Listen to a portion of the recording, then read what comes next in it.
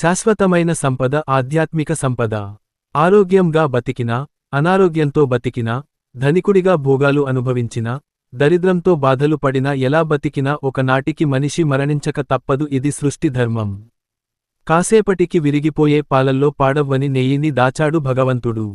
కర్మతో, కర్మభూమి లో జన్మించిన ప్రాణంలో శాశ్వతమైన ఆత్మ ఉంది. ఈ ఆత్మ సాక్షాత్కారం కోసం చేసే సాధన పేరు అంతర్యాగం. ఎంత సంపాదించినా అది కుటుంబం కోసం, దాచిన ధనం దొరలు పాలు లేదా దొంగల పాలు. దోచుకోలేనిది విద్య అయితే శాశ్వతమైన సంపద ఆధ్యాత్మిక సంపద. అది ఎన్ని జన్మలు అయినా నీవెంట వస్తుంది. నిత్య కర్మలు ఆచరిస్తూ మీ బాధ్యతలు కర్తవ్యం నిర్వహిస్తూ ధర్మబద్ధమైన జీవితం గడుపుతూ దైవస్మరణ విడువకుండా సాధన మార్గంలో సాగిపోవాలి. ఏ ఉపాసనా చేయకున్నా నీ రోజు పూర్తి అవుతుంది. ఉపాసన చేస్తూ చేస్తే నీ రోజు సారవంతంగా పూర్తి అవుతుంది. నీ కుటుంబ కోసం నువ్వు పాటు పడక తప్పదు.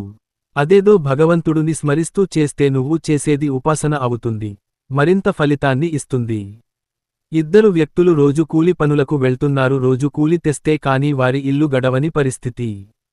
అయితే ఒక అతను, నేను కూలి చేస్తే కానీ నా ఇల్లు గడవటం లేదు, ఇందులో దేవుడు చేసింది ఏముంది? నా కష్టం నాకు తప్పడం లేదు కదా అని దేవుణ్ణి తలవను కూడా తలవడు. ఇంకో వ్యక్తి, దేవుని దయ ఉండబట్టే ఈ పని అయినా దొరికి నా కుటుంబాన్ని పోషించుకోగలుగుతున్నాను, ఆ దేవుడికి నేను కృతజ్ఞతతో ఉండాలి. నేను ఎలాగో రోజంతా కష్టపడి పని చేయక తప్పదు, ఆ సమయంలో నేను నా సమయాన్ని సద్వినియోగం చేసుకోవాలి అని నిద్రలేచిన దగ్గర నుండి నారాయణ స్మరణ చేస్తూ కష్టం చేసుకునేవాడు. పొద్దుపోయేసరికి అతనికి రావాల్సిన కూలి డబ్బుతో పాటు కొన్ని వేలసార్లు నామ జపం చేసిన పుణ్యం కూడా అతని ఖాతాలో పడేది. ఆ నామస్మరణ వల్ల అతనిలో ఆత్మ వివేకం కలిగింది. ఉన్నతంగా ఆలోచించడం, ప్రశాంతంగా ఉండటం, ధ్యానం చేయడం అలవాటు అయింది. ఇంకో వ్యక్తి ఆ చాకిరి తలుచుకుటూ, గాడిద చాకిరి అని ఎప్పుడూ గాడిదను తలుచుకుంటూ కుటుంబంలోని వారిని తిడుతూ పని చేయించిన యజమానిని తిట్టుకుంటూ రోజు ముగిసిపోయేది. చివరికి ఇద్దరి జీవితం ముగిశాక దైవభక్తి గల వ్యక్తి తను సంపాదించిన దైవస్మరణ అనే నిధితో ధనికుడి అయిన ఆసామి ఇంట్లో పుట్టాడు.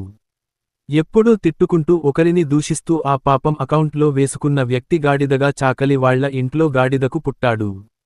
ఇప్పుడు గాడిద చాకిరి తప్పదు, చేసే పని ఎలాగో తప్పదు. అదేదో ఎవరినీ దూషించకుండా దైవస్మరణతో చేస్తే స్వామి కార్యం, స్వకార్యం రెండూ దక్కుతుంది. ఉండే బాధలు పనులు ఎప్పుడూ ఉంటుంది, అది తప్పదు. ఎంత నెత్తిన పెట్టుకొని చూసినా ఒక వయసుకి ఎవరి దారి వాళ్లు చూసుకోకుండా ఉండరు. ఎంత అందంగా అలంకరించిన దేహానికి అయినా వృద్ధాప్యం రాక తప్పదు. సంపాదన పిల్లలు పంచుకుంటారు కానీ అనారోగ్యాన్ని ఎవ్వరూ తీసుకునే వీలు ఉండదు, అది అనుభవించాల్సిందే.